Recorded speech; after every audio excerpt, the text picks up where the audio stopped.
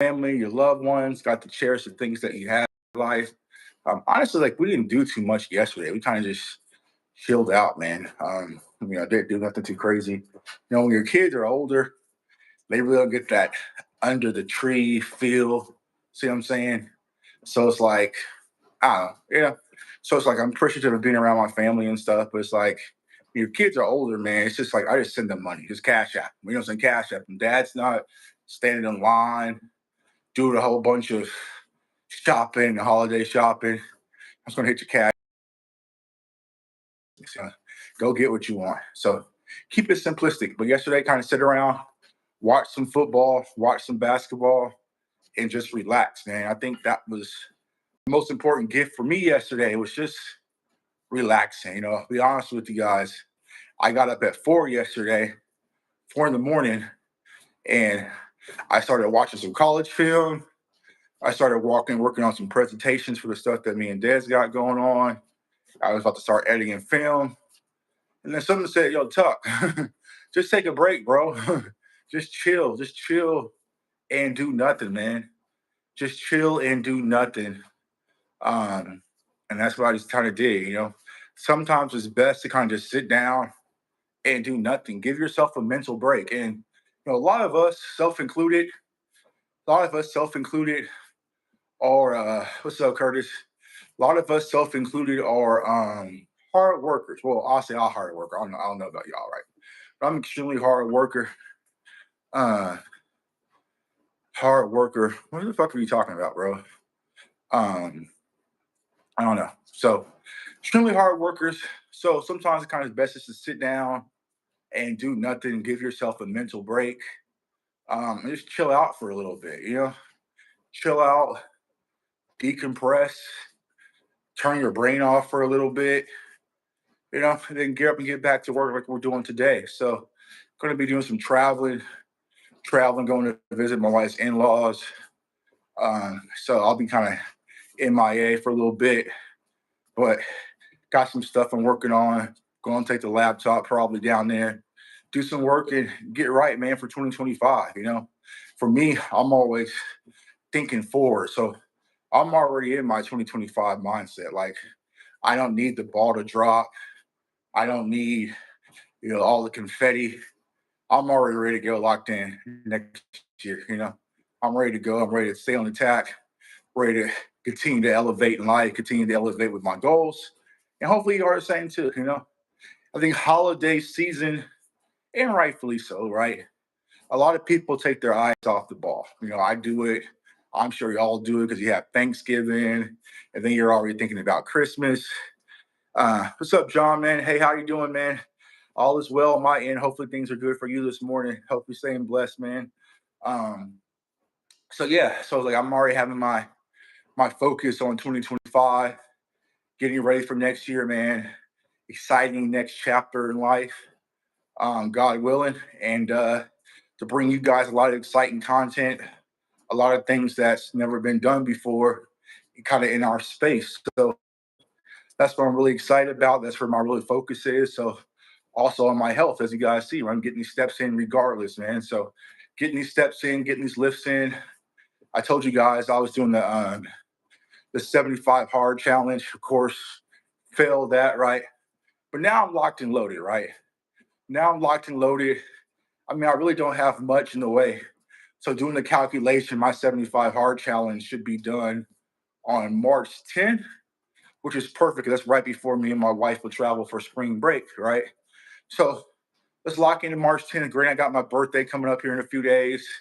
Granted, I have the Super Bowl, so there's going to be a lot of temptation there as far as food wise, drink wise, and everything. But I'm locked in, man. I'm locked in. It's time to push to that ultimate level, right? And that's what I've been talking to you guys about every morning, just mentally, physically, spiritually, financially, emotionally, family, all those sorts of things that kind of come in and combust and makes a happy life. You see what I'm saying? So that's where my focus is. It's just elevate, elevate, elevate. The Cowboys, they always have these monikers or these phrases, carpe diem or finish the fight, or I think this year was like Rudy or something like that, right? I think mine is going to be elevate. continue to elevate, continue to climb higher, continue to push to new levels, right? And push yourself. There's there's change and uncomfortability, right? I think a lot of people want to do what's comfortable, right? So let's say, for instance, and I've been there, if you wake up every morning, you get to work on time, you do your job for this amount of time, then you get a paycheck, and then you can pay your bills, right? So it's that comfort level. And what happens is that comfort, a lot of people just repeat the cycle, right? You wake up, get your family taken care of, sit in traffic, go to work, do your job, get a paycheck, pay your bills, rinse, and repeat. And you do that over and over and over and over and over and over and over and over because you stay in that comfort zone. It's working, right? And you look back on your life and just be like, what did I do? You know what I'm saying? What did I do? So, me personally, I don't want to be a person that lives with regrets, right? I don't want to be that person that's sitting on my deathbed, as they would say, and I'm thinking, man, would have been dope if I would start a YouTube channel. Man, it would have been dope if I would have ever got to go to the Super Bowl. Man, I wish I would have gotten the like. I don't want to live that way, right? So what I do is I focus on what I want, focus on what I'm after. I map out a plan on how to go get it. Then it's up to me to go get it. It's like I really think people overcomplicate getting their goals done, right? At the end of the day, it's up to you just to go out there and execute, right? It's really up to you to go out there and execute and get the job done. Just like football. Mike McCarthy can map out the plays and have this perfect scheme and have this crazy, never before seen play call. But at the end of the day, the players got to run the routes. The players got to go catch the ball. The players got to go take it into the end zone, right? And it's the same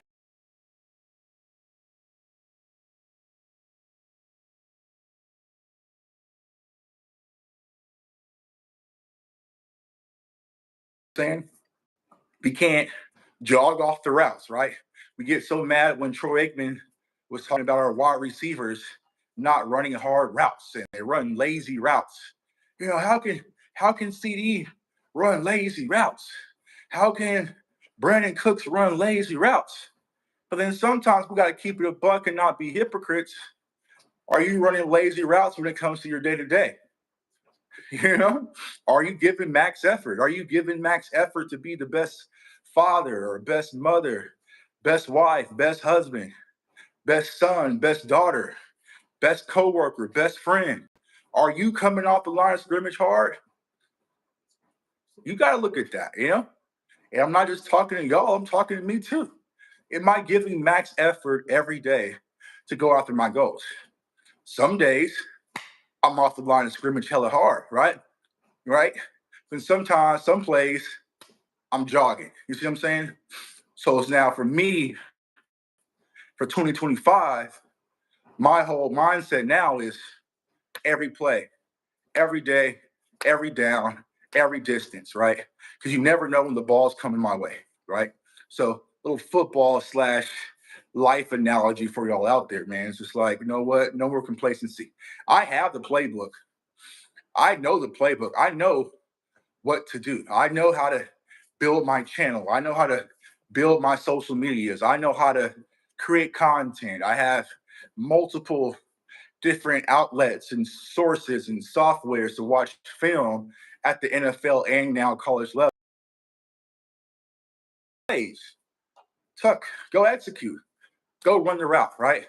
With 2025, y'all, we coming off the line of scrimmage. We firing off the line of scrimmage out the gate today, right now, right now, on December 26th, we are firing off the line of scrimmage hard.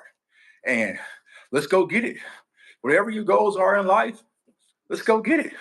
No one's stopping you but you. There's no excuses. There's no none of that, right? The only excuse are lies in your head. And like I said, Cowboys Nation, we got to keep it a buck, right? We can't be hypocrites. You know what I'm saying? What's going on, Dwayne? Hope you had a Merry Christmas, Happy Holiday, bro. Good morning, top of the morning. We can't be hypocrites. You know what I'm saying? We can't say, now let's say, for instance, the Cowboys were losing and, CeeDee Lamb went in the interview or Micah Parsons in the interview said, well, or Dak Prescott went in the interview and said, well, the season really happened because I'm a new father and, it's just, I just don't have enough time to really study like I used to. And, I'm just hella busy right now because, kids, right? And wife and family, it's just wearing me down, right? You guys would tear Dak Prescott a new one. He would be slaughtered all in the media, all in the news, all over everywhere. If Dak Prescott was saying because of this, because of his family, because of his children, because of his new fiance, that he cannot be successful and reach for the ultimate goal, right? So don't do that same shit for you. See what I'm saying? I hear so many people say, well, we got a wife, we got kids, there's just not enough time. Oh, there's a time. There's plenty of time, bro. I see you on Twitter. I see you on Instagram. I see you bullshitting. There's more than enough time to go do what you're after. Maybe you got to get up a little early in the morning at 4 o'clock and sacrifice some sleep to make some time. Maybe you have to stay up a little bit later. Maybe you have to make sacrifices to get what you want in life. But the question is, are you willing to do that? Not a lot of people are, right? Not a lot of people are. I have family, I have wife, I have kids, mother, all sorts of stuff, right? So, multiple businesses. Like I'm pulled in so many different directions. I don't have the time for a lot of different things, but I'm making time. Case in point, right? With my schedule, with everything going on with Des and traveling and doing all this back and forth, right? I really don't have time to sit down and do a lot of live shows and features and stuff in the evenings no more because I'm extremely busy, right? So I'm making time. I'm killing two birds with one stone. I'm working out and I'm going live, talking to y'all, right? So you have to get creative. You have to make sacrifices. And the difference is between the people who succeed and achieve at the ultimate level, they make sacrifices others aren't willing to do. It's really that simple. It's really that simple. I study a lot, man. I study a lot of greats. I love listening. Like normally when I'm not talking to y'all in here in the gym, I'm listening to like Kobe and Tiger Woods and Michael Jordan and Serena Williams and the list goes on and on. Tom Brady, Floyd Mayweather, Muhammad Ali, like all of the greatest and their field and kind of tap into their mindset. Like I love their psyche. And a lot of them make a lot of sacrifices, a lot of sacrifices. Now, you don't see the end result, you don't see the sacrifices. A lot of people just see the end result. But, like Floyd Mayweather. Floyd Mayweather didn't drink, right? But Floyd Mayweather would go to the club, right? And he would talk about like how he would be in the club and just say, you know what? I show face, I show people I'm out in the city, I'm about to go for a run. And he would leave the club and go for like a 4 mile run from the club. He didn't drink, didn't party, he was out and about, you know what I'm saying? Being seen, but he would be locked in, you know? What's up, JT? What's going on with you, bro? Good morning. Facts. You make time for what we want. Facts, Dwayne, bro. We make time for what we want. A lot of people, self-included. So I'm not gonna act like I'm holier than thou, right? Let's say it's NFL Sunday, and boom, they're playing over in Europe, right? They're playing over in Europe, right? So you wake up my time. I think the Europe games start like at 8 or 9. Okay, cool. Hey, appreciate the super chat, my guy. Appreciate the love, man. Let's say NFL game on Sunday starts over in Europe, right? I wake up and I watch the 8 o'clock game. All right. So let's say the 8 o'clock game goes from 8 to noon or whatever, right? All right. So boom, then it's noon. Now I have the Commanders and I don't know, the Lions playing, right, at noon, right? That's probably not a noon game anymore, but let's say that's a noon game, right? And I watched the Commanders and the Lions play from noon to 3, right? Then, boom, now it's time for the NFL game of the week. It's the Dallas Cowboys versus the Houston Texans. And I watched the Cowboys game from 3 all the way to 6. Now it's 6:30. You're not done yet. I've been waiting all day for a Sunday night. Now you have the Chiefs and the Bills. I'm locked in. I'm locked in. You sat and watched football from 8 in the morning pretty much till 10 at night. Cool, right? Let's do your thing. I've done it multiple times, right? But I cannot turn around on Monday and say, I did not have the time to get things done this week because there's only so many hours in a day. There's only so many hours in a day, man. I'm just really strapped for time. I'm super. You just spent an entire day watching football on a Sunday, and that's not even including what your mom might have did on Saturday watching college football, right? So it's like we have to limit some of those excuses in our mind, and we all do it. Right now, it's like even me, bro. It's like I've been working out, getting in shape, but then it's like the holiday shit really sets in where it's like, oh, it's Thanksgiving. And then you eat 4 to 5 days after Thanksgiving. And it's like, oh, I'm gonna get like, nah, bro. Like, I'm kind of just done with all that. I'm done with mediocrity. You know what I'm saying? Like, I feel like a lot of these things that we see in our society just breeds mediocrity. And me personally, just speaking for me, I'm kind of tired of it. You know what I'm saying? Like, if I gotta disappear for a little bit, I gotta disappear for a little bit, or if you gotta tell certain people no or certain things no, and that's exactly what I have to do because I'm kind of right now, I'm in my Mamba mode, you know what I'm saying? Where I see the end result. Like, transparency, man. You guys are gonna be so proud. I'm so excited about it, man. Where you guys are probably gonna be watching the Super Bowl media row and be like, yo, hold on, hold up, hold up, wait. That's Tuck on NFL Network. That's Tuck on FanDuel. That's Tuck on ESPN, right? That's some of the things that we're building right now. And it's like, I see it now. I see it. My end goal, my goals are so close. I can taste it. You know what I'm saying? It's like I'm in the NFC Championship game. I can feel what going to the Super Bowl is going to be like. I can sense what that confetti is going to feel like when it drops. I can almost grab that trophy. I'm not going to fade now. I'm not going to slow down now. I'm not going to stop now. I'm right there. I'm right there, y'all. I'm right there. And like I said, I want you guys to lock in on whatever you guys want to be in life. It doesn't have to be a content creator or this or that, whether it's fitness, whether it's just being a better person, whether it's being a better husband, wife, whatever. Lock the fuck in. Let's go get it, man. It's just like, I think that, like I said, social media, everything, it's just comfort, right? Everybody wants to do something comfort, the easy route, right? Put this diet pill on and you can lose 30 pounds, right? Take like the easy route, right?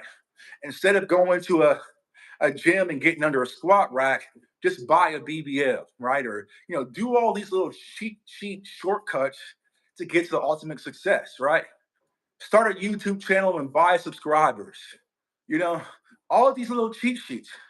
But at the end of the day, the victory is always in the journey. The victory is always in the journey, right?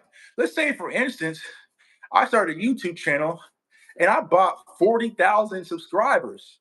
Okay, cool. Boom. But are those 40,000 bought subscribers, are they going to be loyal to you? Are you going to build friendships and communities and relationships? Do you know those people? When those people see you out and about, can you shake their hand? No. You just bought a number. You just bought a number. You exploited things. It's not real. It's not solid, right? What happens if you lose your channel? All those 40,000 people are going to follow you to your new channel. Probably not, unless you pull out your wallet again, right? So it's like, Sometimes taking the slow route is the best route, you know? Brick by brick is a model that I often hear. Building your level of success brick by brick, going out there and attaining it. There's no shortcuts, right? Shortcuts only last for a short time, but go build something substantial that you can build a legacy on and a lifetime on, man. So that's kind of my focus for 2025. I appreciate you guys for rocking with me. Like I said, man, big things are on the horizon. Go get it, man. But speaking of big things, right? Cowboys versus Eagles Sunday, man. How you guys feeling? I know the Kenny Pickett versus Cooper Rush Bowl. I highly doubt Jalen Hurts is going to play. Highly doubt he's going to play. Concussion protocol. You're gearing up for playoffs. I don't think they risk it. So, have Kenny Pickett versus Cooper Rush. The game got flexed, which I was like, man, flex this game, man. Like, what I'm saying? Like, this ain't a game too many people want to watch, even though it's Cowboys versus Eagles. But how y'all feeling about the game on Sunday, man? I'll say this, right? Even though it's Kenny Pickett, even though it's Cooper Rush, the Cooper Rush Bowl, right? I'm interested to see now how the Cowboys perform, you know, because it's like I've been saying in numerous morning videos, it's different. The Cowboys are to be compared to what happened in Washington. Now they're making the Cowboys seem like they have a chance. Exactly. Exactly. Now people are kind of singing your praises a little bit, right? Now people are saying, well, I mean, the Cowboys went out there and beat Tampa. And I mean, they did go. So now you're going to play versus Philly and you're going to have no Jalen Hurts. Now there's some expectations kind of placed on you. It's not just free reign, right? Now let's see how things really shape out. You know what I'm saying? So that's what I'm kind of interested to see. It's like I know a lot of Cowboys fans, right? Now Cowboys fans who are like didn't care about other wins and they were kind of team tanking and this and that. Well, now it's like, yo, we here beat Philly. I want to beat Philly. I want to beat Philly. All right, so now you got some expectations. Now I want to see how the Cowboys go out there and handle it, right? So I think that's one of the things I'm going to be interested in see. And even though Jalen Hurts is out, the Eagles defense has been playing solid, right? Jalen Carter starting to emerge, Kobe Dean starting to emerge, Nolan Carter. You have Kobe DeJean, you have Quinyon Mitchell. So some of those young guys and Zach Bond, who they brought in, is playing outstanding. You know what I'm saying? And of course, they're going to want blood, right? They're going to want blood. It's just still a rivalry. Me personally, I never view the Eagles as a rivalry, but I just don't like their fan base. That's just it. You know what I'm saying? Like that's it. But I feel like they're gonna come for blood, right? So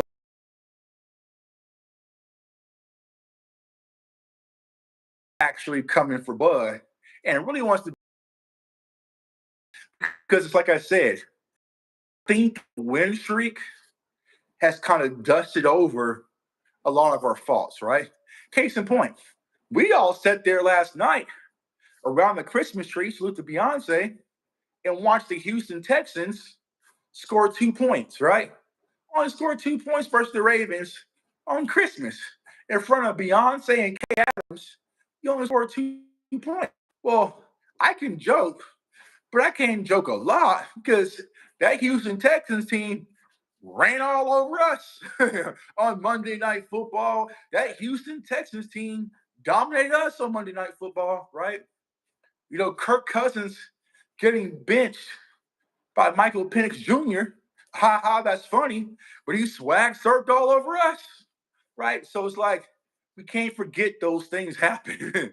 You know what I'm saying? We can't forget some of those things happen, right? So now there is going to be some expectations for the Cowboys to go out there and fight and win this game. Now, I think we're like -8 underdogs, right? Something like that, which is crazy with the backup with Kenny Pickett playing, unless Vegas knows Hurts is coming back, right? But can you go on the road versus a Philly team that's playing for playoff contention, that's fighting? They probably won't get the number one seed, but they're still fighting for the number one seed, right? Can you go out there and compete, right? You won't be able to sneak attack Philly, right? Because they just don't like you out the gate. You know what I'm saying? They just don't like you, right? So you won't be able to sneak attack them. Are you going to go out there and perform? And we'll see what happens to the Cowboys. Um, Eagles are supposed to be the best team in the NFL. To be honest with you, you got the number one defense. What that quarterback in Washington did to win the last 10 seconds game was miraculous. Yeah, the Eagles are a good team, y'all. Like I don't understand. Like, I mean, honestly, I feel like if Jalen Hurts would have played last week, he probably would have won, right? And the difference is with the Eagles, it's just like me and DMV talked about in our last show, right? What are they doing? They're just running the ball extremely well and efficient and playing solid defense. I mean, it's not like Jalen Hurts was having a miracle year, MVP year. Cowboys Nation from St. Louis, what's going on with you, bro? Good morning, Carl. It's not like they're doing something crazy. They're running the ball efficiently and effectively, and they're playing solid defense.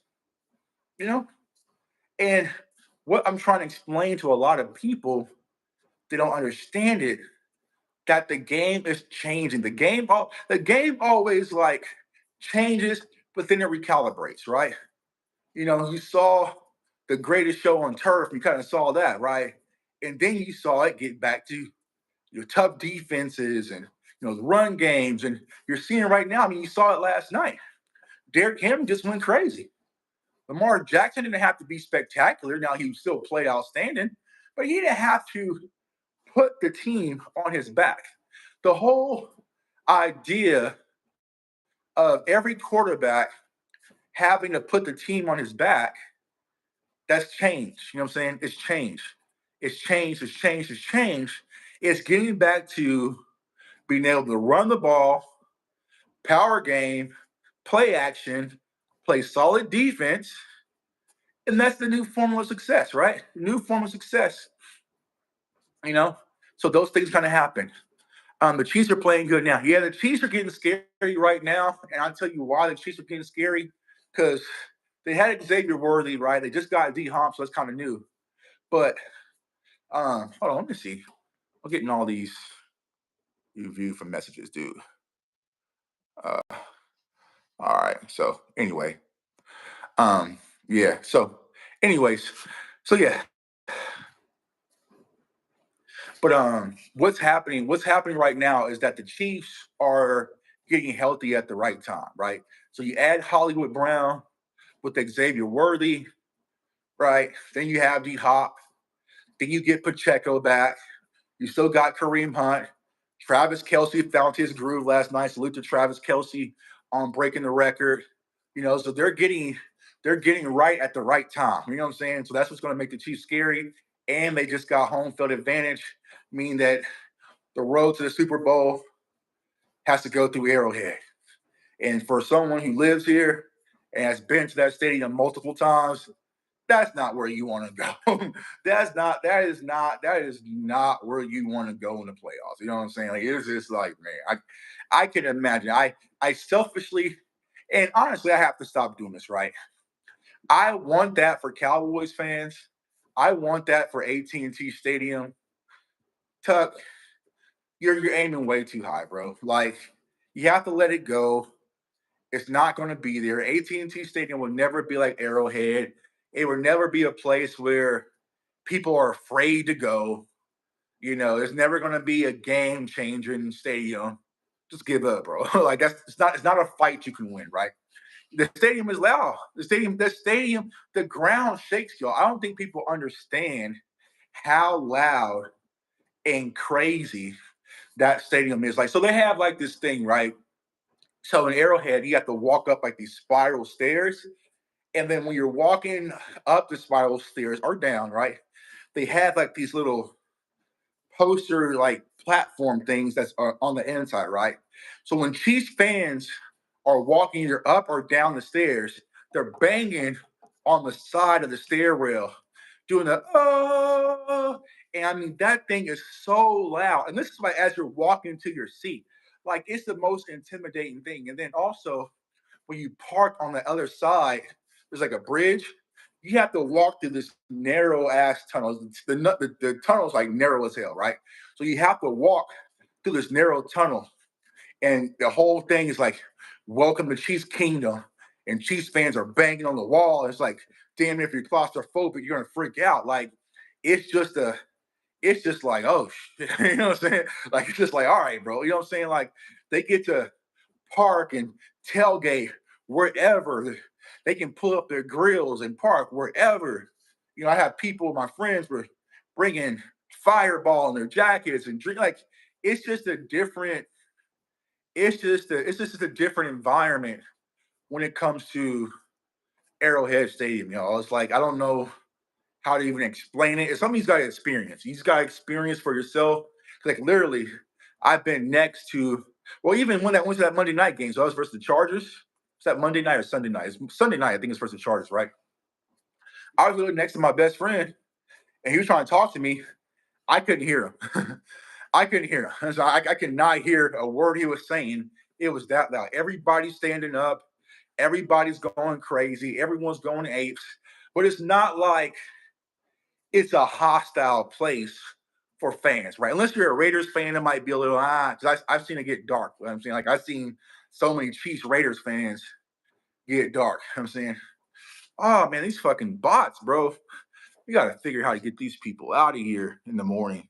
We'll get them. Let's see here. We get some of these people out here. There we go. We got Sadiq in the building. What's going on, sis? Now we got sis with the ratchet on her, man. Actually, you know what?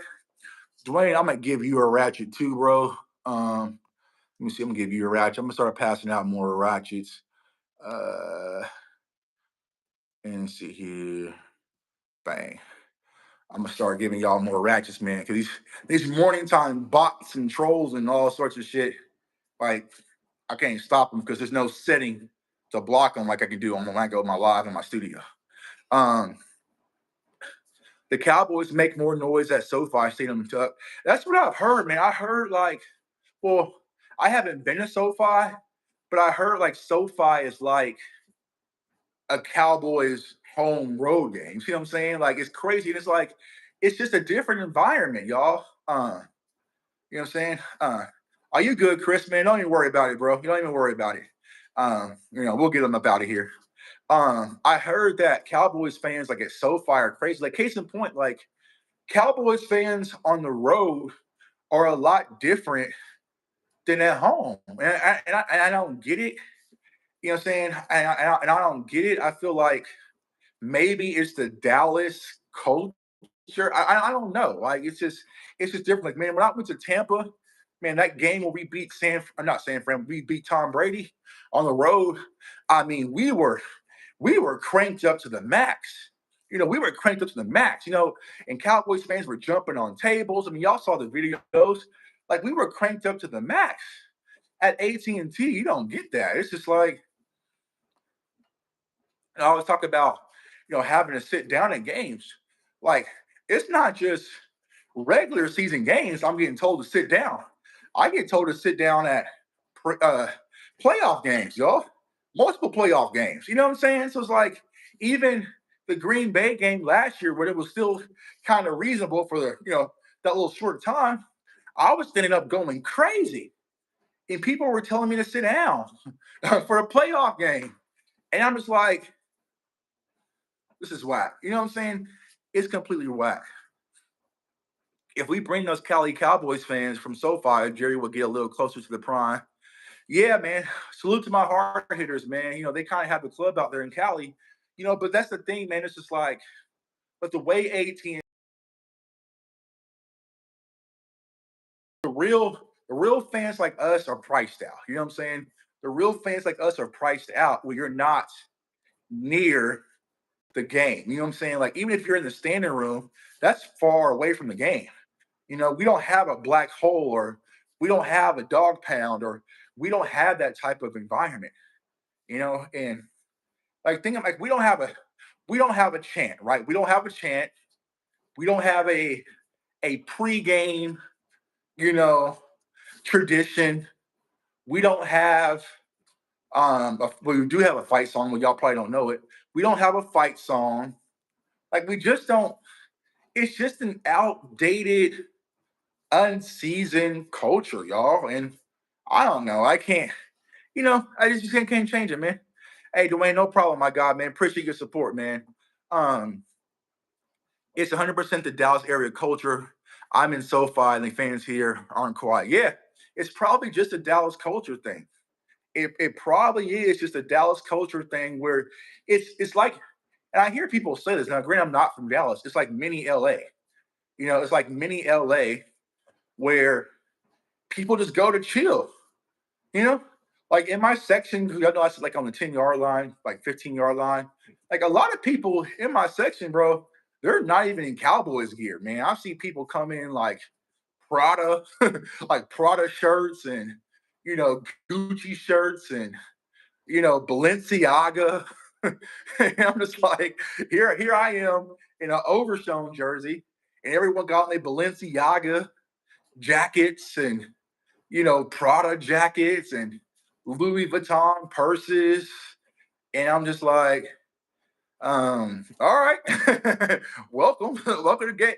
And here I am in an overshown jersey, you know what I'm saying? Or Darren Woodson or Michael Irvin. Like I'm there for football. You know what I'm saying? We can dress and hit the club after. You know what I'm saying? We can do that after. Um, we don't have a rapper named Tech Line like the Chiefs did, man. Salute to Tech Nine, man. So like Tech Nine, right? He has that Red Kingdom song. But like here in like Kansas City, right? They have that thing where they beat the drum right before every game. Boom, boom. So they have certain celebrities come out and start to chant, and it's and like bro, it like gives you goosebumps. Like case in point, even the national anthem, right? Here's how crazy the Chiefs fans are. They have taken over the national anthem so much where now when I travel, like if I'm in Dallas and I hear the national anthem, and it's like in Kansas City, what they'll do is, and the home of the Chiefs, and it's like a rip, like it shakes the stadium, right? And I don't care if it's a Chiefs game, right? I don't care if it's the Kansas Jayhawks versus North Carolina basketball. When it's in Kansas or Missouri and you're a Chiefs fan, you will let that ring out. Chiefs. I heard it at soccer games, like the Gold Cup was here in Kansas City. Chiefs fans, home Chiefs. I heard at hockey games. I heard at baseball games during the World Series, or not the World Series, the ALS, when the Royals played the Yankees. Jeez, like it's everywhere to the point where like I'm in Dallas and I don't hear it. It like throws me off. I'm like expecting it now. You know what I'm saying? Like that's the type of environment. That's the type of fandom that they have. You know what I'm saying? Like it's just different, right? Like think about this. If I see Sadiqa at an airport, right? What am I supposed to say to her to let her know that I'm a Cowboys fan? You know what I'm saying? So I guess I can say how about those Cowboys, but that's kind of we don't have that. You know, even the 49ers, they have bang bang Niners game. The Minnesota Vikings, they have skull, right? They'll walk around saying skull. Eagles fly. You know, all these teams have an identity when it comes to their fan base. All we have is we pay a lot of money to see our team do what they do. Like we don't have that. We don't have that type of environment. We don't have that type of culture. We don't have that type of toughness and at home. It's just not there. It's not a place. Let's say for instance the Cowboys. Let's say for instance this year, right? The Cowboys were the number one seed, right? And we got home field advantage for the playoffs. But we know that in the divisional round, we had Detroit coming to Dallas. You think Detroit will be shaking in their boots if they got to come to Dallas and play? They not. You think Philly would be shaking in their boots? They have to come to Dallas to play. You know. You think? I mean, they're out, but San Francisco would be nervous about coming to Dallas to play? They're not. You know what I'm saying? Like they're like, all right, cool. You know what I'm saying? We'll take that, right? So this is what I was trying to explain last year when everyone jumped me. I would rather the Cowboys have to go play on the road where their backs are against the wall and there's no comfort. You know what I'm saying? So it's like it's just AT&T Stadium, y'all. It's a neutral stadium.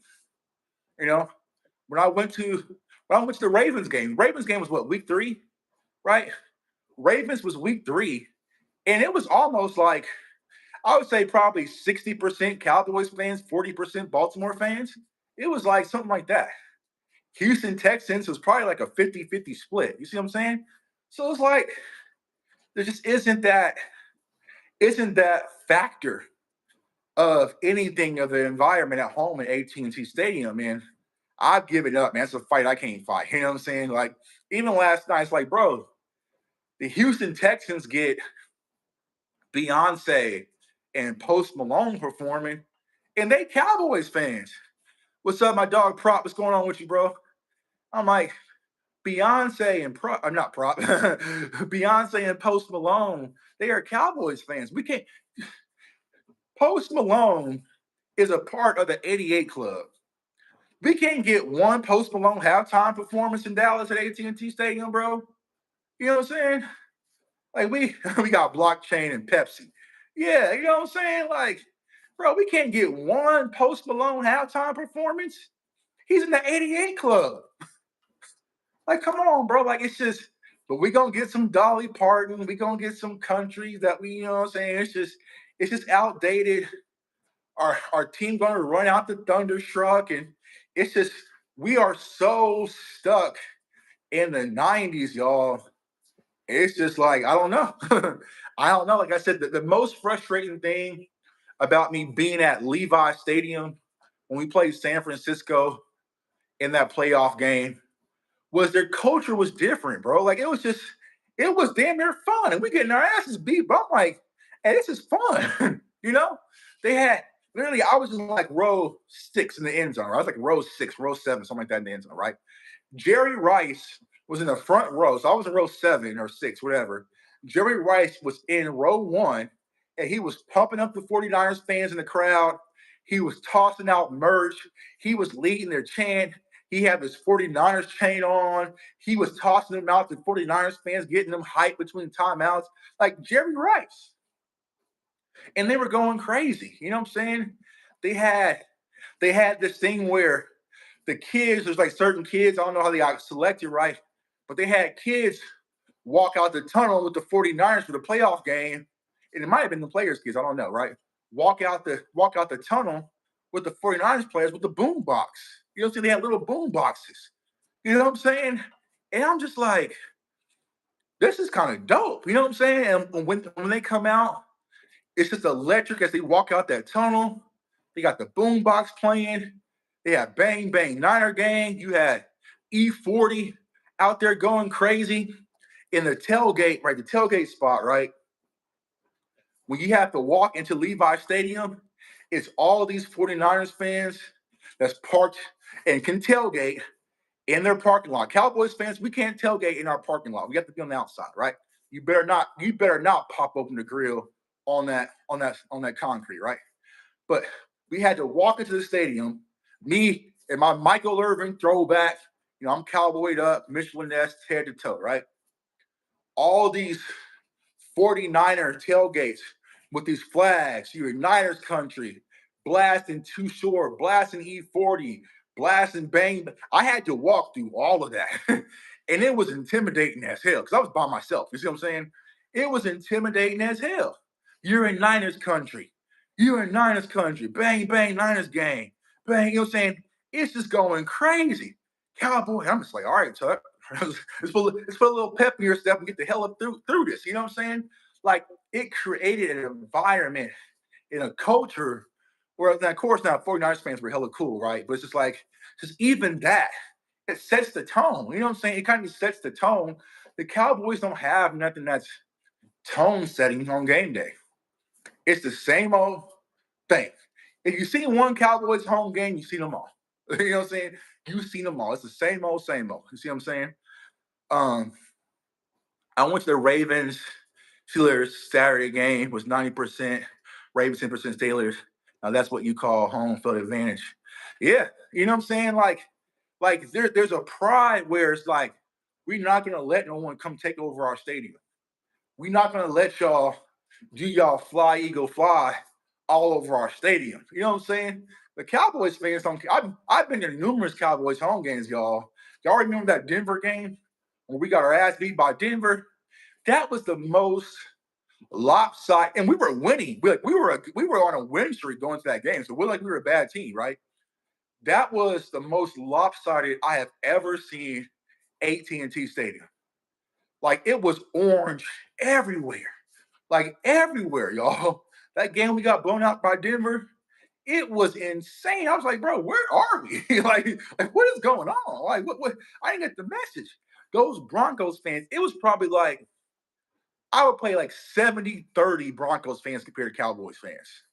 And we were winning. We were coming up. We were like on a 4-game win streak or something like that. You know, so really we were a bad team. But Cowboys fans, we don't do noon games. We don't do none of that. You know what I'm saying? Too early for us. You know what I'm saying? Those Broncos fans came out there, took over, punched us. You want to talk about walking your trap, take over your trap, bro? They took, they took over the whole trap, bro. They didn't leave nothing.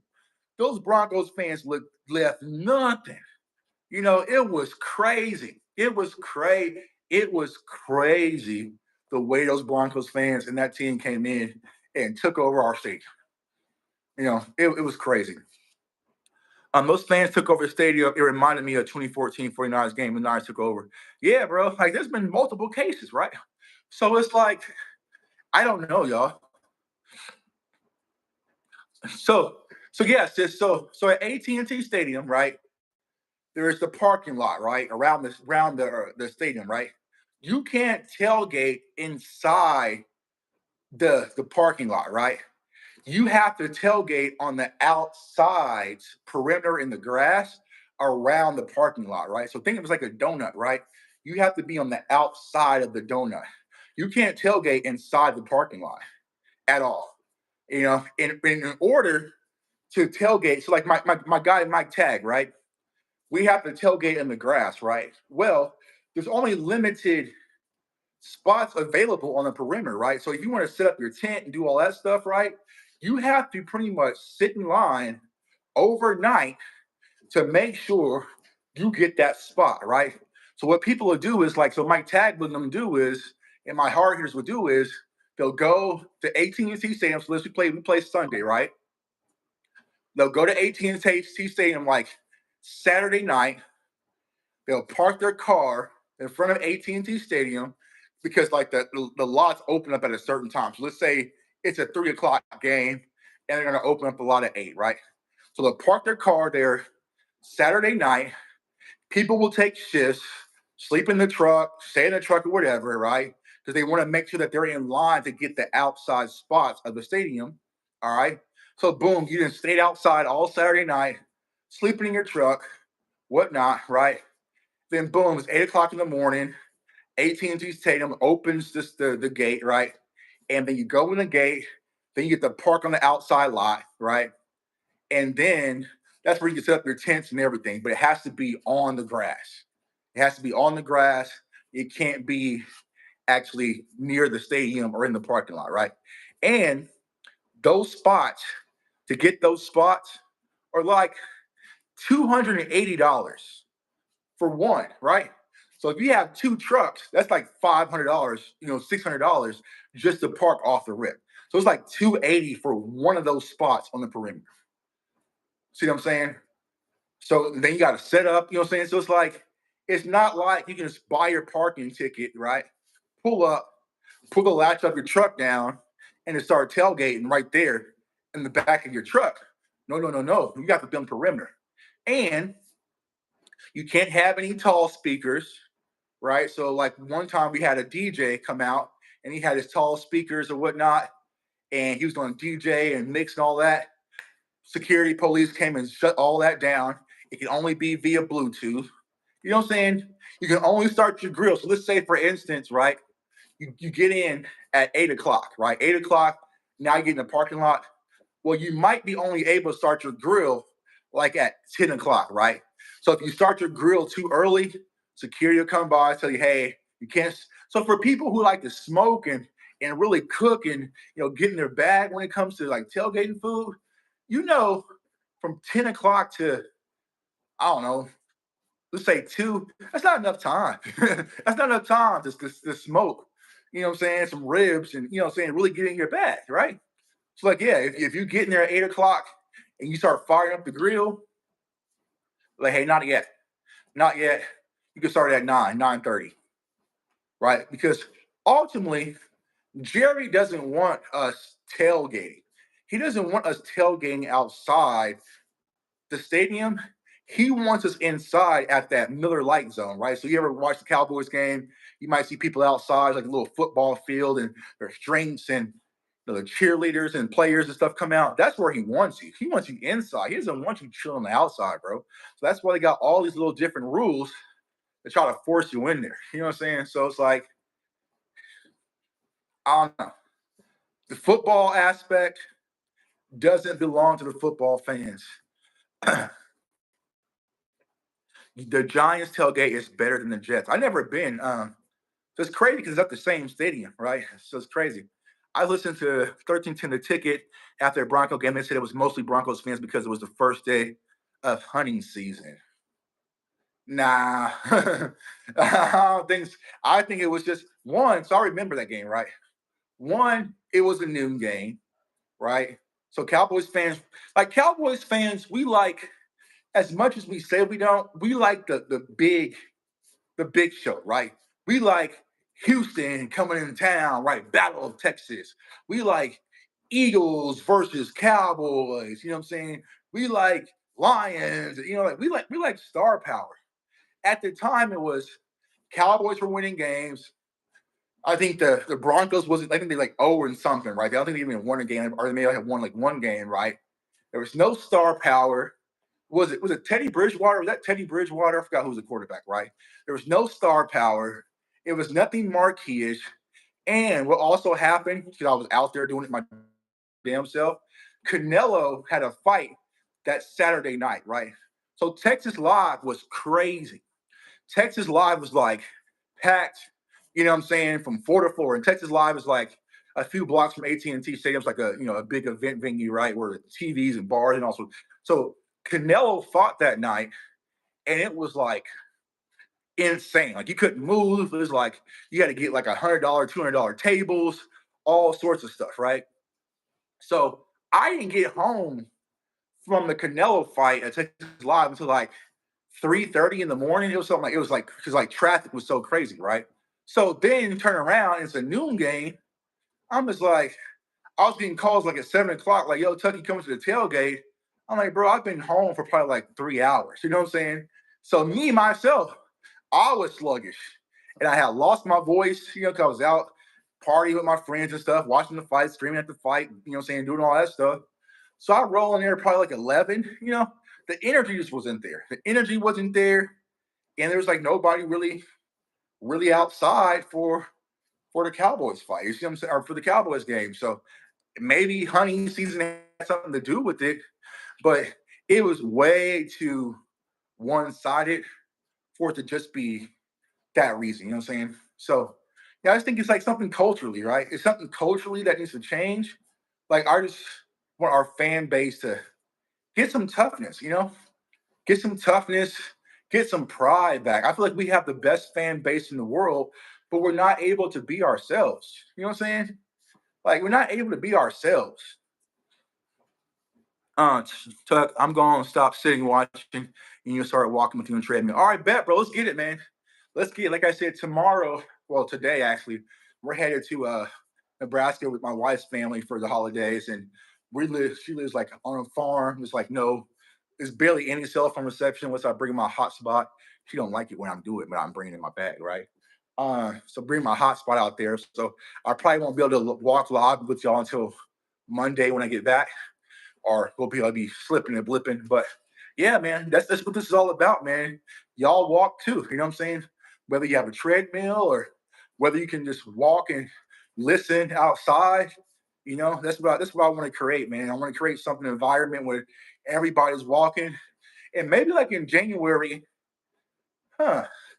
Yeah, I'll talk to Dez or something like that. Maybe we can do something in January where whoever gets the most steps in, like y'all can qualify for drawings, and we'll do like prizes and stuff and giveaways. You know what I'm saying?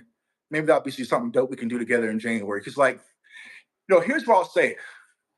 Going back to being appreciative for what you have, think about this, y'all. We'll take it for granted and say, oh, man, Tuck, you walked. Oh, we're probably like at 2 miles. I actually ran before I jumped on with this, right? But like say, oh man, it's cold outside or it's too early. I don't want to go for a walk, man. It's early, man. It's Thursday. Christmas was yesterday. I don't want to go for a walk, right? You know. But think about this. Was people yesterday.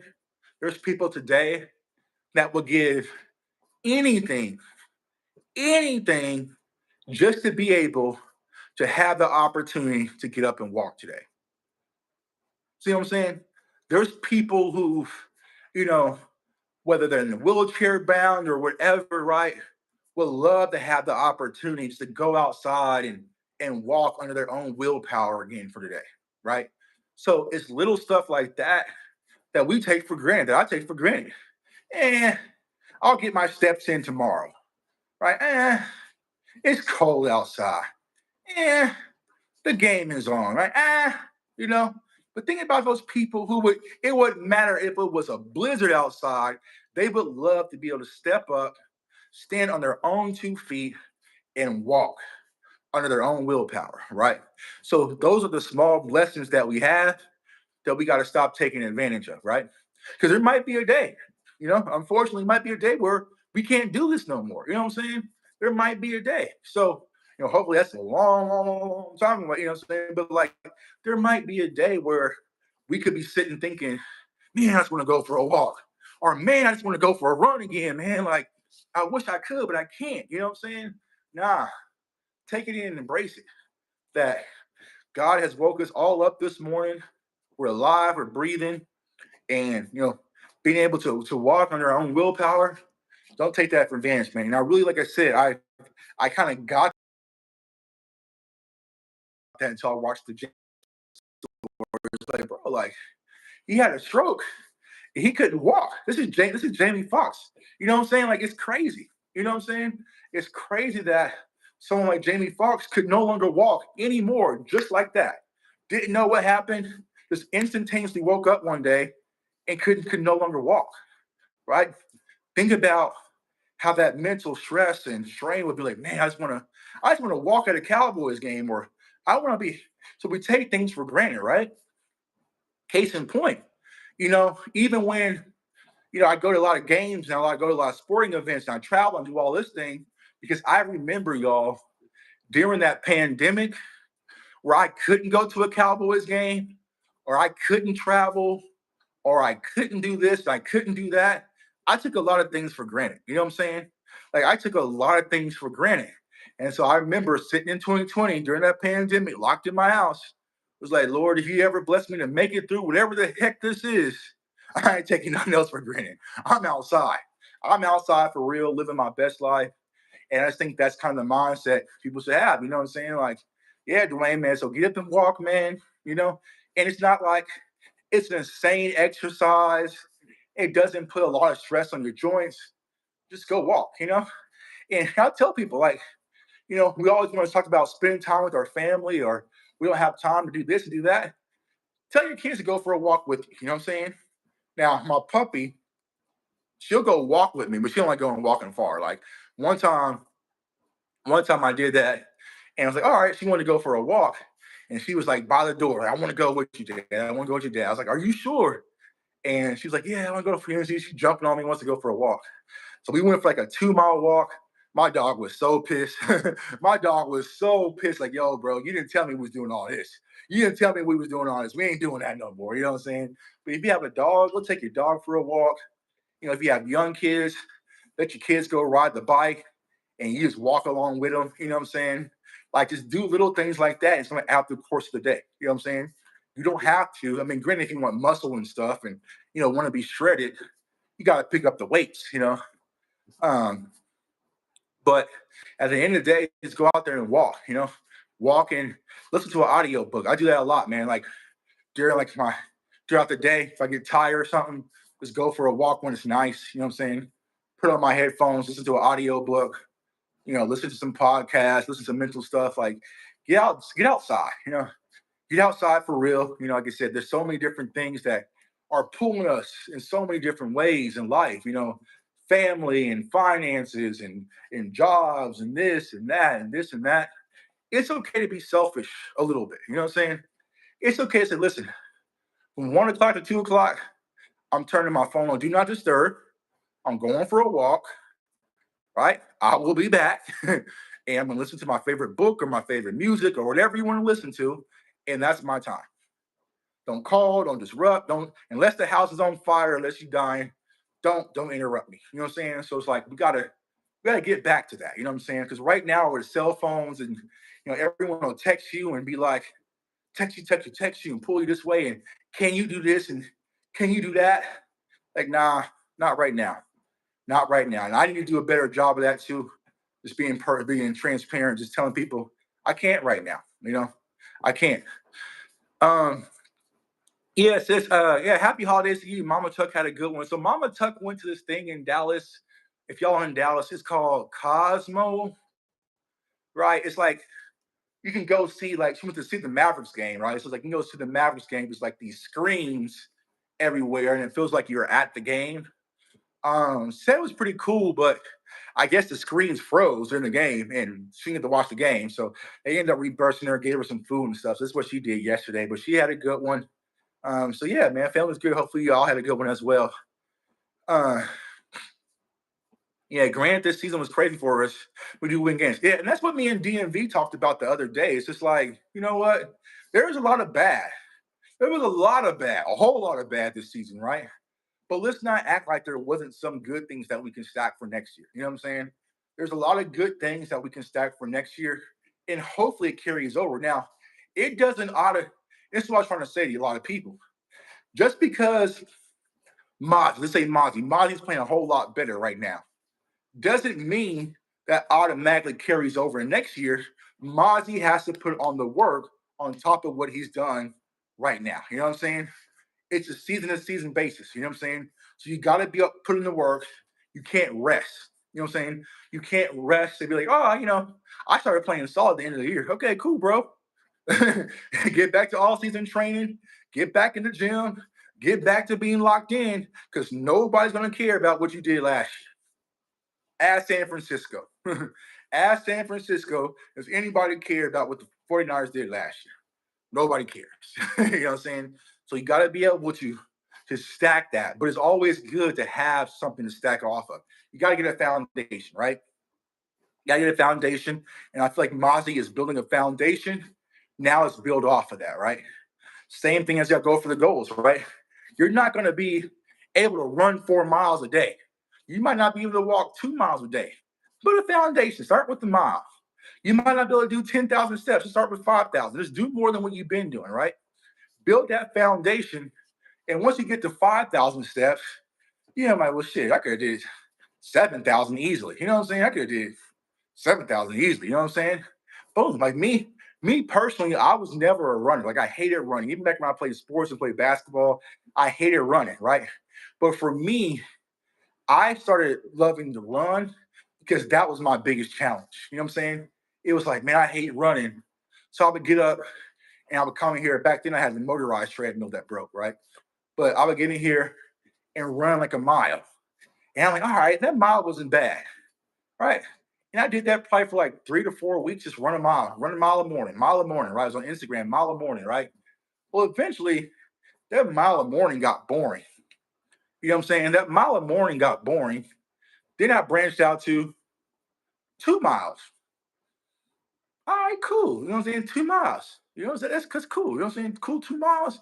And that's a lot more than a lot of people do in an entire week, right? You have to run 2 miles a day in the morning, right? Ah, 2 miles is cool, but it's if you can push yourself to three. And that first time I ran 3 miles, I paid for it. Second time was sore. Third time was better. Fourth time, and then it got to my body where it craved running 3 miles in the morning. You know what I'm saying? So it's like push yourself to build a foundation. The same thing from Mozzie Smith, right? You're playing good at the end of the season. Watch that film. What are some things that work well for you? What are some things that work well for you? What are some things that you struggle with? And those things that you struggle with, you go lock them in. Make your weaknesses a strength. Go lock in and make it happen. Um, let's see here. Let's see what y'all talking about. Don't get it messed up. I love 12-5 season that we really had. Let me see. Let me see. Let's scroll back up. We need to win more playoff games. Regular season wins, I get it. The playoff wins matter. Yeah, I agree, Tito. So when it comes to the playoff thing, right? Once again, is what I was talking about probably for like the past 3 videos, right? Us Cowboy players, team, organizations, we have to be able to step up when it matters the most, right? When it's all against the wall, where it matters the most, that's when we have to really step up. That's when our stars have to be stars. You know what I'm saying? Because even if you go back, let's go back to Green Bay, right?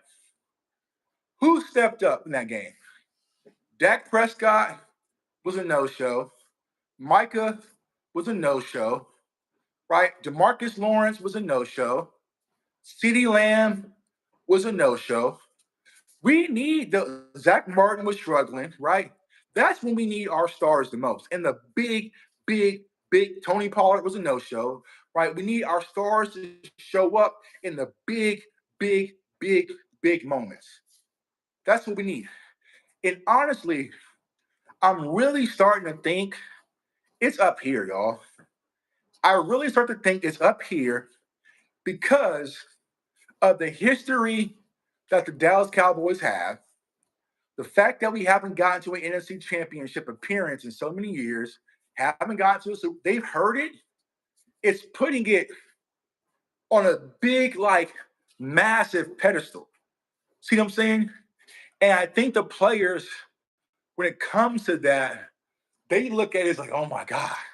They're like, oh my, oh my God, like what, man, that's a massive goal. Like, oh my, like they look at the mountaintop and see, I don't know if I can climb that high. You know what I'm saying? I don't know. You know what I'm saying? Woo, it hasn't been done in almost 30 years. Could that be us? I don't know, right?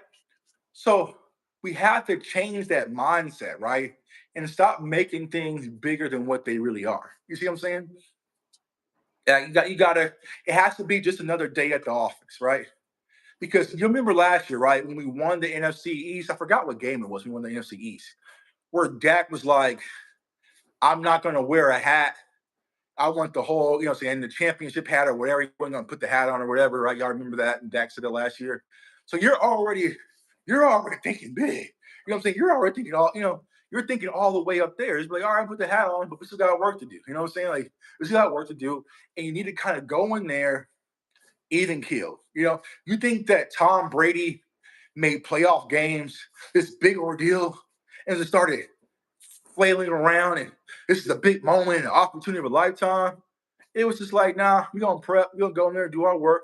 This is what I do. You know what I'm saying? This is another day. You know what I'm saying? Like Pat Mahomes, he don't get all playoff. Like, nah, bro. You take it one step at a time. And I'm confident that if I put in the work, we're going to go out there and execute. It doesn't have to be a spectacle, right? But I feel like what happens in Dallas, the Cowboys make it a spectacle, right? Whiteout game, whiteout. Jerry Jones, this is the year where the Cowboys going to win the Super Bowl. And you know what I'm saying? Like, we start putting all this in the air, bro. And say, no, we're going to go out there and execute. Like, hey, we know that Green Bay is a good young team. We believe in ourselves. We're going to go out there and just play ball. Don't get all tensed up because they tense, right? Because I can see it. We all can see it from our TV. Once Aaron Jones ran the ball down our throat in that first drive, and then once Dak did the interception, right, it was just like deer in headlights. Oh my God. Oh my God, we collapsed again. Here it goes again. Here, oh no, we're in the playoffs, and here we go again. Oh, it was your fault. Oh no, it wasn't my fault. It was your fault. What are you doing? Like, it was just like they got rattled, right? Because you made this moment so big. Instead of being like, all right, we're down 14-0. All right, here's what we do.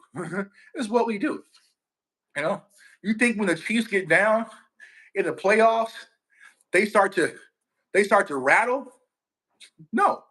You thought like San Fran the Super Bowl, they came out hot.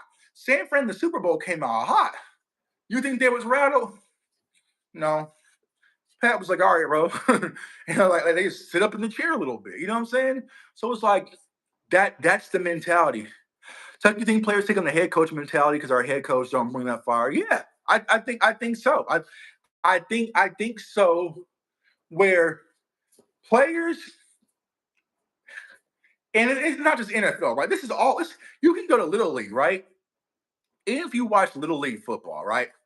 If you see a coach who was a jerk and an asshole in little league football, and he's doing different things and he's cussing and yelling and all that, more than likely the kids on his team are little badasses too. You know what I'm saying? Because they mirror their coach. You know what I'm saying? If their coach is talking trash, they talk trash. You know what I'm saying? So it's like you need a coach that is a leader. You know what I'm saying? Or if your coach is not a leader, then you need players on your roster who are leaders, has been through it before, right? I think a lot of people underestimate the power of having veteran leadership that's been there before. Case in point, last year Trayvon Diggs went down. Sucks, right? But you had a guy in Stephon Gilmore who's been in Super Bowls, played Bill Belichick, knows how to do things the right way, and he could lead our defense, right? Because who right now, let's say, we're fully healthy, right? Who right now could we lean on as a player to help us get to a Super Bowl? Right? Who? There's nobody, right? That would be like me and Sadiqa going to Vermont, and I'm asking her, how do we navigate to get to the restaurant in Vermont? And both of us have never been. We don't know how to get to Vermont, bro. We don't know anything about Vermont. We have never been there, never even been close, right? It's the same. And I bring up Vermont because Dez is always bringing up Vermont. Like he wants to go to Vermont. Like, bro, why do you always bring up Vermont, right? But like, yeah, Vermont. We've never been there. So who can I ask about how to prepare for the playoffs, to make a run? Who can I ask to it's Mike McCarthy for us, but can you rely on that? It's been so far since then. You see what I'm saying? So I feel like I would like the Cowboys to have guys who's won a ring, right? I feel like Brandon Cooks has made a run, right? But you had Stephon Gilmore, and you saw the instant impact that Brandon Cooks had on our offense and our young wide receivers, and then you saw the impact that Stephon Gilmore had on our secondary last year. You had a veteran guy, like Trayvon even said it out of his own mouth. Like, when I got with Gil, he was telling me what to eat, what not to eat, what's good to eat, what's bad for me, how should I train? I need to stretch more. I need to do this. Hey, and they said that last year, Googling on our phones. So yeah, that's all we can do. Me and Sadiq will be lost out in Vermont. You know what I'm saying? But it's like I ain't taking Sadiq's advice on how to get to the restaurant because she don't either. We both be lost, right? But you had someone like Gil saying, "Nah, this is how you train, bro. This is how you stretch. This is how you." No. I see what you're saying, but have you ever thought about it like this? You know? And they talked about Trayvon being the most locked in film wise, learn the game from a cerebral aspect with Gilmore, and was sitting next to Gilmore. You see what I'm saying? Like that has impact. That has impact when you have guys who have been there before, you know? But right now, there's no one to really lean on besides Mike McCarthy. And that was what, 2010 when that happened? It's almost 15 years ago. you know? So it's like you need some of those guys. So like I would like the Cowboys not only bring in veteran leaders, but bring in veteran leaders who's been there, right? Because what you got in a Stephon Gilmore, even though it's Mike McCarthy's team, and I mean, and Brandon Cooks has played for him as well, right? You got a sprinkle of Patriots culture in our locker room. You know what I'm saying? Now, granted, it would have been nice if Zeke was that this year, but he's not. You know what I'm saying? But it'd be nice you have a sprinkle of Belichick on type of Mike McCarthy. You know, because I'm thinking about like even with this year's roster, right? Who is the true leader? Who's the true leader of this team? I don't know. I don't know. You know what I'm saying? I don't know, right? You're seeing Micah and CD starting to become that. This is their first year trying to be in the leadership role, right? So we can't follow you to the promised land.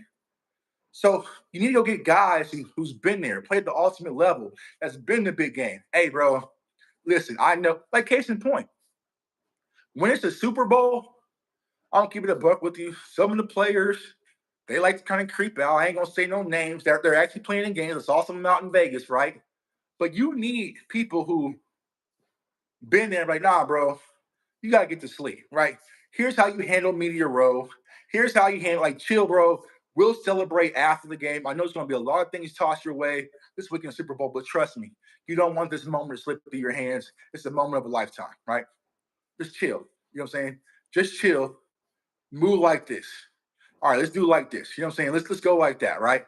So you need that type of leadership in your locker room of people who's been there before, and you mix that with your young leaders. You know what I'm saying? So that's what I like the Cowboys to do, but we don't really have that. And I feel like people underestimated the leadership.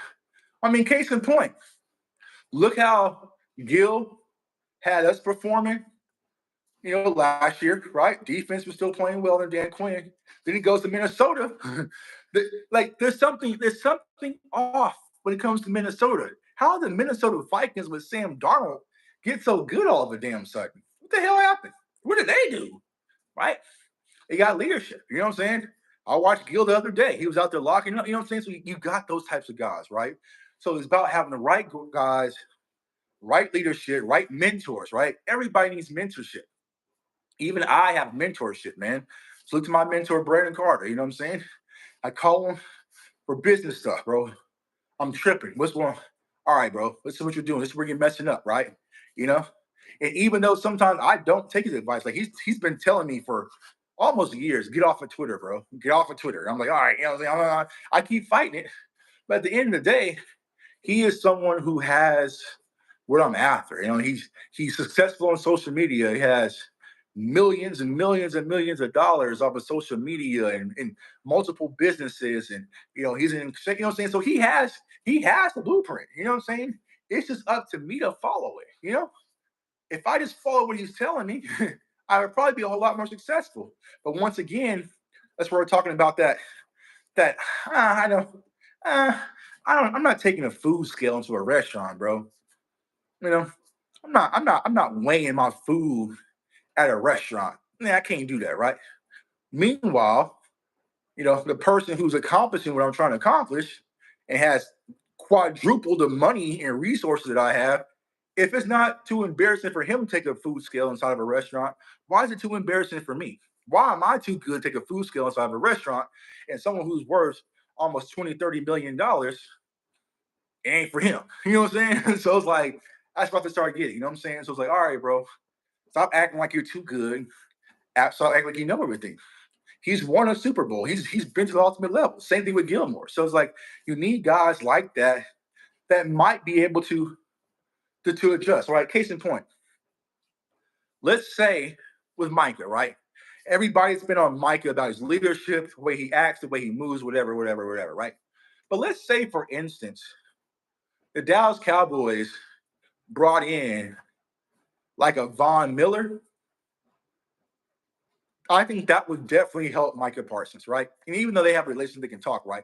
But what if you had a Von Miller in house that can say, hey, bro, here's how you need to handle those interviews. You know what I'm saying? Hey, bro, like, I get the podcast thing and everything, what you're doing, but here's how like, who was leading Micah?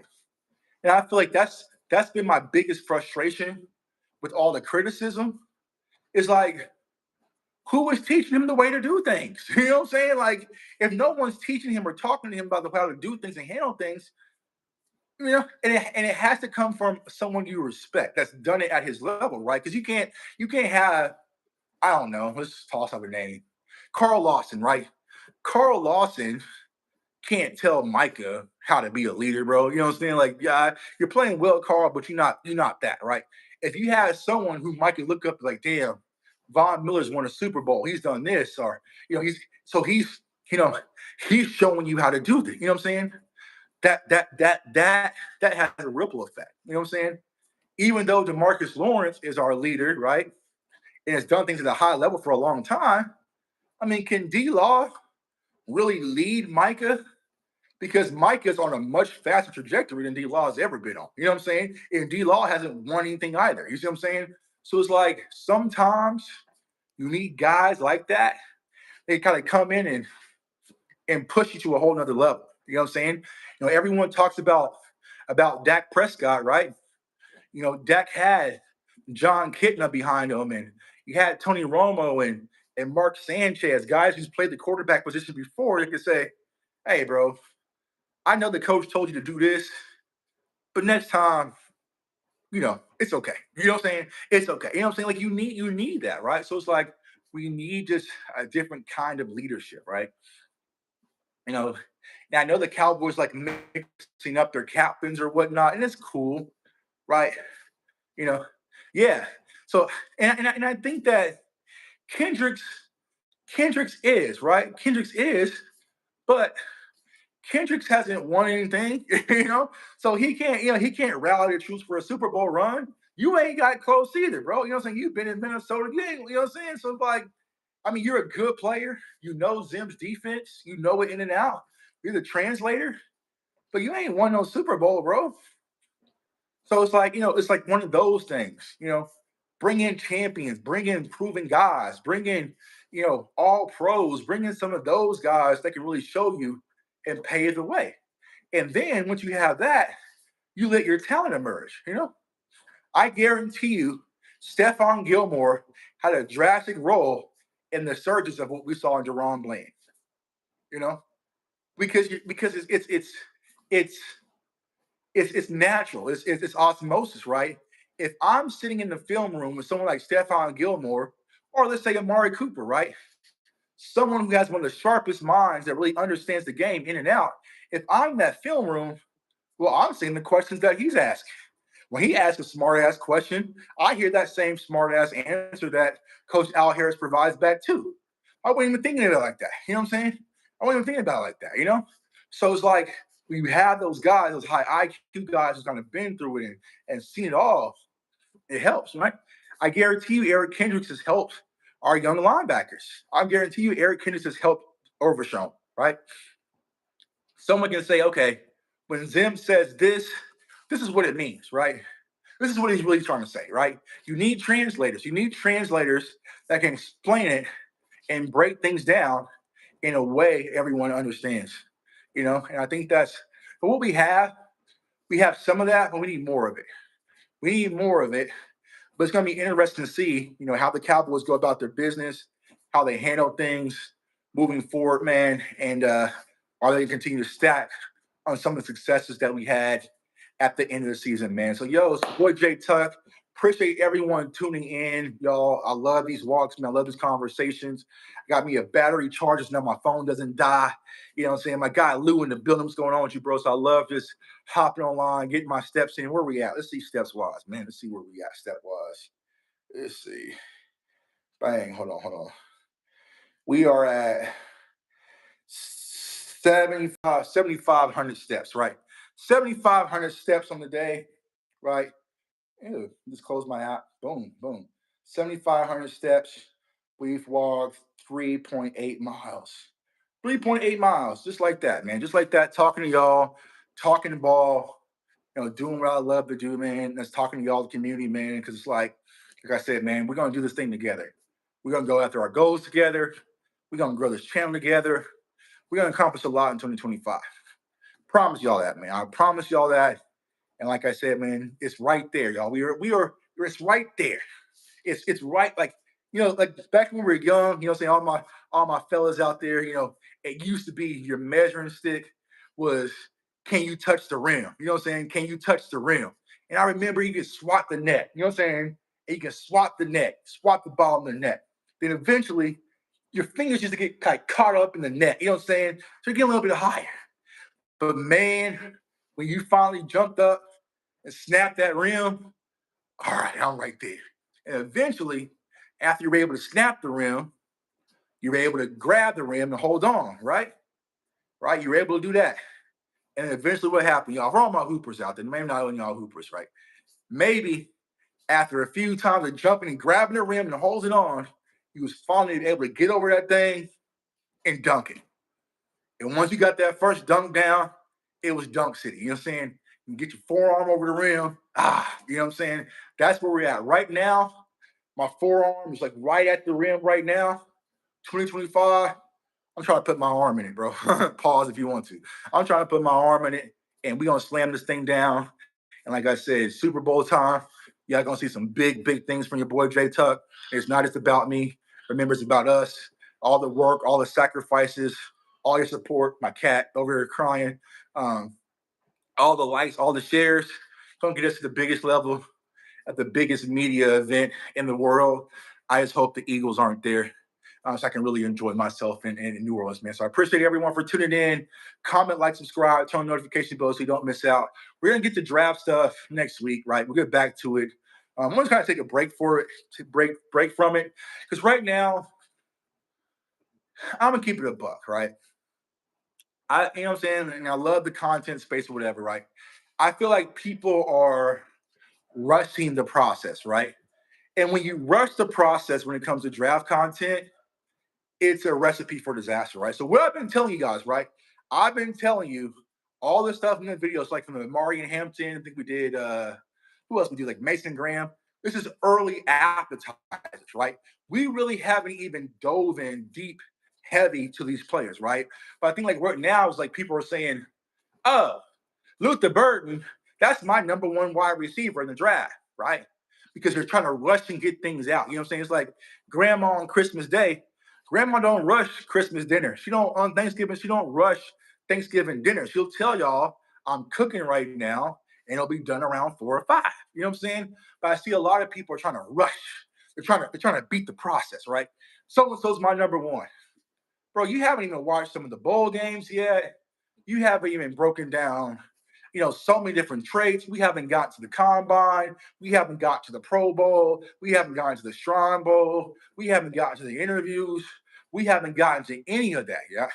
So what you're doing is you're cheating the process, right? And I don't want to cheat the process, right? We're going to do our due diligence. That's what separates us. No knock to other communities that we don't microwave our draft content. You know what I'm saying? We're going to wait. And you guys will probably get my final board from me probably like 4 days before the draft in April. You know what I'm saying? I'm not going to rush and be like, oh, he's my number one. Genty's my number one running back, and so and so is my number one running back. We got a lot of film to watch, man. There might be a situation where I might, you know what? I had Amari Hampton as number two. But after seeing all unfold, I like Taj Brooks out of Texas Tech better. You know what I'm saying? Like, that's how you slow cook it. So we are really going to slow cook this thing and not try to cheat the process. Because if I cheat the process, I'm not only cheating myself, but I'm cheating all the viewers, the supporters, and we're damn sure not going to do that, man. So appreciate everyone. Draft content coming soon. And I'll tell you like this. I have a crazy, crazy, crazy, crazy, crazy, crazy, crazy software that nobody can even get. You can't even, you can only get this if you're part of the NCAA, if you're a credentialed member, which I am. And so I have access to this platform. So draft season is going to go nuts this year. You know what I'm saying? I got it from my scouting academy. I got it from everything else, man. And it's like, yo, it's intense. There's a lot of work that goes on behind it, but it's a beast. And it's like giving Thanos those final Infinity Stones. The way I've been watching draft film, y'all, it's the old-fashioned way.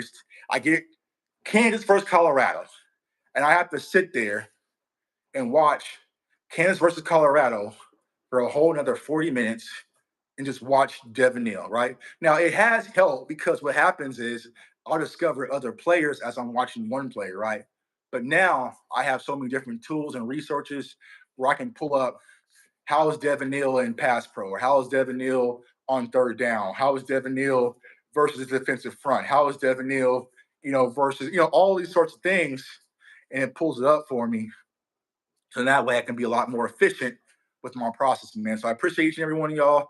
Subscribe to my guy, Lou Takes, man. He's out there doing incredible work, man. He filled in for me, held it down the NFC East Roundtable show last week, man. I can't wait till next year when the Cowboys are good. I gotta spin the block on my show next year because this year was hard. I can't bang with Eagles fans. I really got much to say. Giants fans don't want to fight. It was kind of a weird year for the NFC East roundtable, right? But I can't wait to get back on top. I can really go in there and do my thing, man. So appreciate everyone. Subscribe to the channel, share the content, like the content.